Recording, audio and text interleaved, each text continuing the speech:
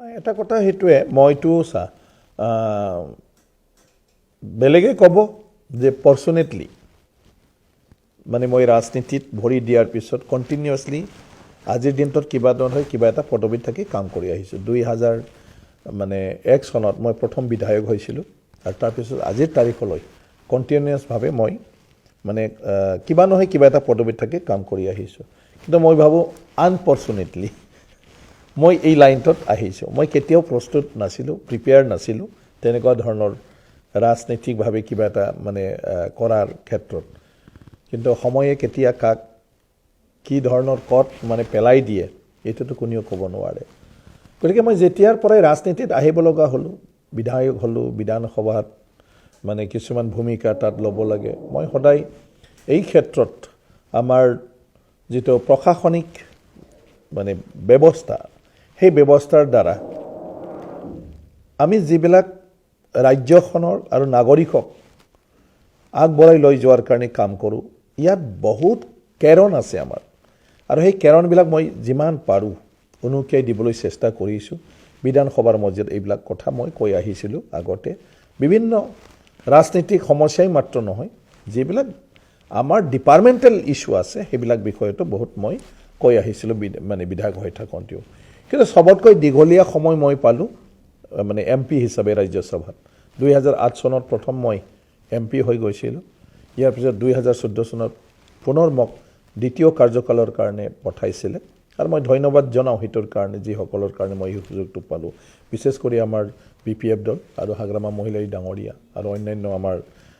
যিবিলাক নেতৃত্ব দিয়া ব্যক্তি আছে তেওঁলোকক আৰু আমাৰ এলায়েন্স আছিলে যে কংগ্ৰেছৰ সেইটো সময়ত তেওঁলোককো মই ধন্যবাদ দিওঁ তৰুণ গগৈ ডাঙৰীয়াৰ পৰা আৰম্ভ কৰি যিখিনি আছে ডক্টৰ হিমন্ত বিশ্ব শৰ্মা গতিকে তেখেতসকলে সবে মোক সেই সময়ত তাতে মানে যোৱাৰ কাৰণে সুযোগটো কৰি দিছিলে সহায় কৰিছিলে ইয়াৰ পিছত বিভিন্ন ব্যক্তিক মই লগ পাইছোঁ মোৰ ৰাজনৈতিক জীৱনত অহাৰ পিছত তেওঁলোকৰ পৰা বহুত কথা শিকিব পাইছোঁ বহুত দিহা পৰামৰ্শও পাইছোঁ এইবিলাক লৈ ফালে মই যিমান পাৰোঁ আমাৰ ৰাজনৈতিক সমস্যা মাত্ৰ নহয় অসম বা নৰ্থ ইষ্টৰ যি সমস্যা যিটো সমস্যাবিলাক একচুৱেলি আমাৰ কেন্দ্ৰীয় চৰকাৰৰ যিবিলাক পলিচি মেকিঙত থাকে আৰু ডিচিশ্যন মেকিঙত যিবিলাক থাকে তেওঁলোকে নাজানে আৰু হিতৰ কাৰণে দেশখনৰ উন্নয়নৰ কাৰণে যিবিলাক পৰিকল্পনাৰ আধাৰত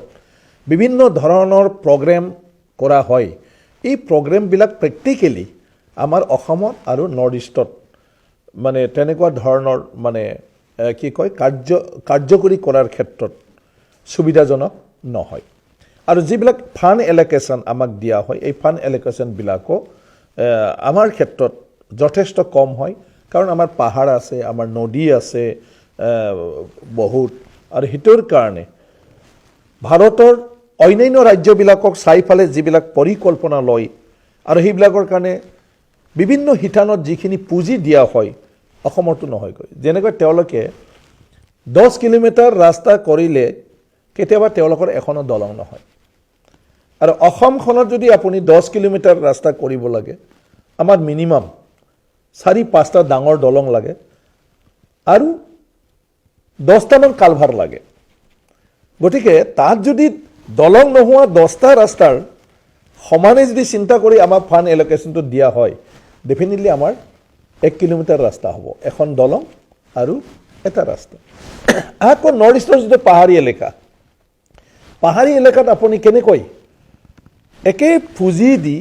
আপুনি তাত ৰাস্তা কৰিব এই পাহাৰ এলেকাৰ ৰাস্তা কৰাৰ ক্ষেত্ৰত পাহাৰ কাটাৰ পৰা আৰম্ভ কৰি তলৰ পৰা বিভিন্ন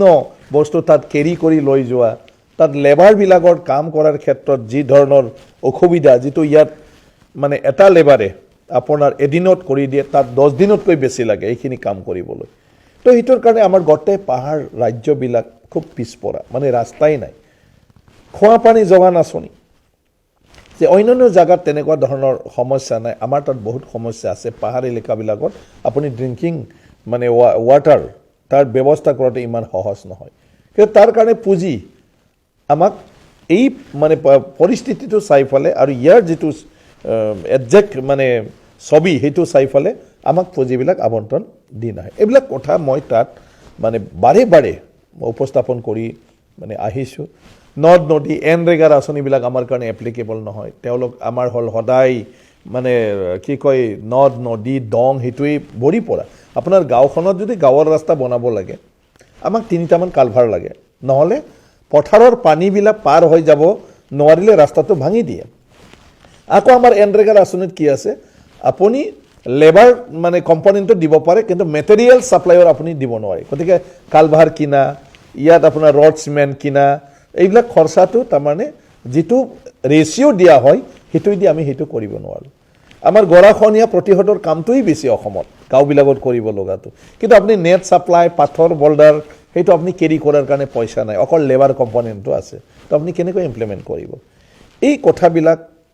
আছে মই জাষ্ট ৰেফাৰেঞ্চত কৈছোঁ সেইটো আপোনালোকৰ আগত মানে একচুৱেলি মানে গোটেই গাইডলাইনবিলাক আমাৰ কাৰণে প্ৰযোজ্য নহয় এইবিলাক কৈ আহি থকা হৈছে বিভিন্ন সময়ত শুনিছে আৰু মই যেটো উপলব্ধি কৰিছোঁ আজিৰ দিনটোত বহুত চেঞ্জ হৈ গ'ল সেইটো লৈ ফালে ইয়াৰ পিছত ৰাজনীতিৰ সমস্যা NSN আলফা NDB বাকি বিভিন্ন আপোনাৰ মণিপুৰ ত্ৰিপুৰাবিলাকৰ NLFT বা KNO ZRO এইবিলাক যিমান আমাৰ আণ্ডাৰগ্ৰাউণ্ড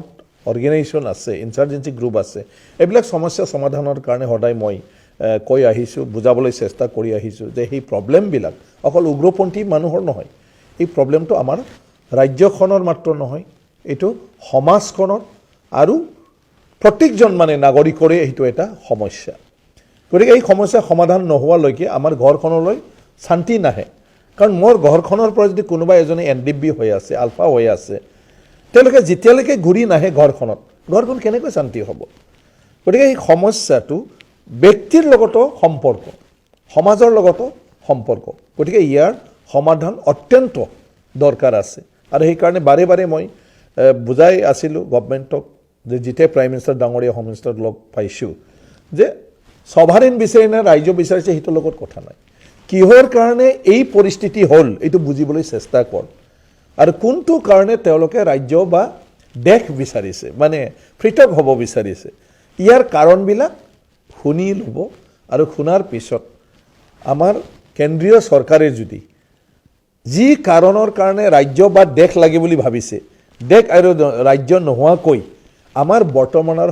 সংবিধানটো যদি চাল চলনি কৰি ফেলে যদি অসুবিধা আছে সেইটো যদি সমাধান কৰি দিয়ে তেতিয়াহ'লে গোটেই আন্দোলনকাৰী ৰিভলিউচনাৰী গ্ৰুপটোৱে মান্তি হ'ব আৰু মান্তি হ'লে তেওঁলোকে মূল খুঁটিলৈ ঘূৰি আহিব গতিকে তেওঁলোকে দেশ বিচাৰিছে দেশ দিয়াৰ দৰকাৰ নাই ৰাজ্য বিচাৰিছে ৰাজ্য দিয়াৰ দৰকাৰ নাই কিহৰ কাৰণে ৰাজ্য বিচাৰিছে কিহৰ কাৰণে দেশ বিচাৰিছে এই প্ৰব্লেমটো তেওঁলোকক সলভ কৰি দিয়ক তেতিয়াই তেওঁলোকে মানিব তো তেনেকুৱা ধৰণৰ যিমান পাৰোঁ সেইবিলাক চেষ্টা কৰিছোঁ আৰু পাৰ্লিয়ামেণ্টৰ মজিয়াত কিছুমান আইন কানুনৰ ক্ষেত্ৰত কোনটো আমাৰ তাত কেতিয়াবা সমস্যা হ'ব পাৰে এই বিষয়তো মানে মই ভাগ লৈছোঁ ডিবেটবিলাকত ইয়াৰ পিছত আপোনাৰ লাইফত বহুতখিনি এক্সপিৰিয়েঞ্চ পাইছোঁ কিন্তু তাত আমি যিহেতু নৰ্থ ইষ্ট হিচাপে একত্ৰিত নহয় আৰু ৰাজনীতিত সেইটো খুবেই দিগদাৰ আমাৰ পাৰ্টি বেলেগ বেলেগ হয় নৰ্থ ইষ্টত এনেও সৰু পাৰ্টি তো এটা পাৰ্টি আনটো পাৰ্টিৰ লগত একেলগে মিলি ফালে আমি আমাৰ যিটো সমস্যা এই সমস্যাটো আমি তাত মানে একেলগে এটা ভইচ দিব নোৱাৰোঁ ষ্টেণ্ড দিব নোৱাৰোঁ সেইটো আমাৰ এটা দুৰ্বলতা আছে সেইকাৰণে মই এতিয়া নৰ্থ ইষ্টৰ বাকী ৰাজ্যৰ মুখ্যমন্ত্ৰীবিলাকো কেতিয়াবা যদি সুযোগ পাইছোঁ মই কৈ আছোঁ যে পাৰ্লিয়ামেণ্ট হোৱাৰ আগে আগে এবাৰ MP বিলাকৰ লগত আপোনালোকে কথা পাতি ৰাজ্যখনৰ আপুনি যিটো চলাই আছে তাত কেন্দ্ৰৰ লগত ৰিলেটেড সম্পৰ্ক থকা কি বিষয় আছে এই বিষয়বিলাক যদি ভালদৰে আপুনি বুজাই দিয়ে আপোনালোকে বুজাই দিয়ে আমি সেইটো পাৰ্লিয়ামেণ্টত ৰেজ কৰিব পাৰোঁ আৰু আমি প্ৰধানমন্ত্ৰী গৃহমন্ত্ৰী ফাইনেন্স মিনিষ্টাৰ অন্যান্য বিভাগীয় মন্ত্ৰীৰ লগতো বহি ফালে আমি কথা পাতিব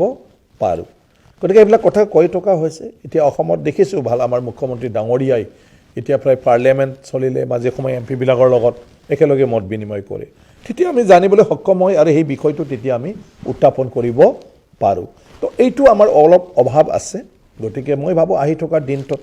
আমাৰ যিবিলাক নতুনকৈ যাব তেওঁলোকে নিশ্চয়কৈ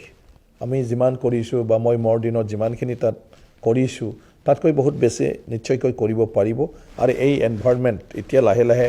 আহি আছে গতিকে নিশ্চয়কৈ কৰিম এতিয়া মোৰ মানে টাৰ্মটো শেষ হ'ল টেনিয়ৰটো এপ্ৰিলৰ 9 তাৰিখ আমাৰ অফিচিয়েলি আৰু ইলেকশ্যন হ'ব 26 তাৰিখত আৰু নমিনেশ্যন 13 তাৰিখত লাষ্ট ডেট মাৰ্চৰ গতিকে আৰু মোৰ দিন নাই এতিয়া শেষ হৈছে কিন্তু মোৰ শুভেচ্ছা থাকিব যিসকল তাত যাব তেওঁলোকে সক্ৰিয় ভূমিকা গ্ৰহণ কৰিব আৰু ৰাজ্য আৰু দেশৰ কাৰণে আৰু আমাৰ নাগৰিকবিলাকৰ কাৰণে তেওঁলোকে তাত মানে পাৰ্লিয়ামেণ্টত ভালদৰে আমাৰ সমস্যাবিলাক উপস্থাপন কৰিব পাৰিব আৰু বিভিন্ন পলিচি লোৱাৰ ক্ষেত্ৰত নিশ্চয়কৈ নৰ্থ ইষ্টৰ কাৰণেও এটা বিশেষ তেনেকুৱা ধৰণৰ কিছুমান মানে বিষয় তাত আপোনাৰ মানে মানে কিবা কৰি দিব পাৰিব সংলগ্ন কৰি দিব পাৰিব যিটোৰ দ্বাৰা আমি আগতকৈ ধুনীয়া ইয়াত ভাৰত চৰকাৰৰ ভাৰতবৰ্ষক উন্নয়ন কৰাৰ কাৰণে যিবিলাক পৰিকল্পনাৰ আধাৰত প্ৰগ্ৰেম বা আঁচনি লৈছে সেইবিলাক ইয়াত সঠিকভাৱে ৰূপায়ণ হ'ব পাৰে এইবিলাক নিশ্চয়কৈ কৰিব পাৰিব আৰু মই ধন্যবাদ দিছোঁ যিসকলৰ কাৰণে এইখিনি আজি অনুভৱ কৰিব পাৰিছোঁ শিকিব পাৰিছোঁ আৰু যিসকলৰ কাৰণে আজি তাত মই মানে যিখিনি পাৰে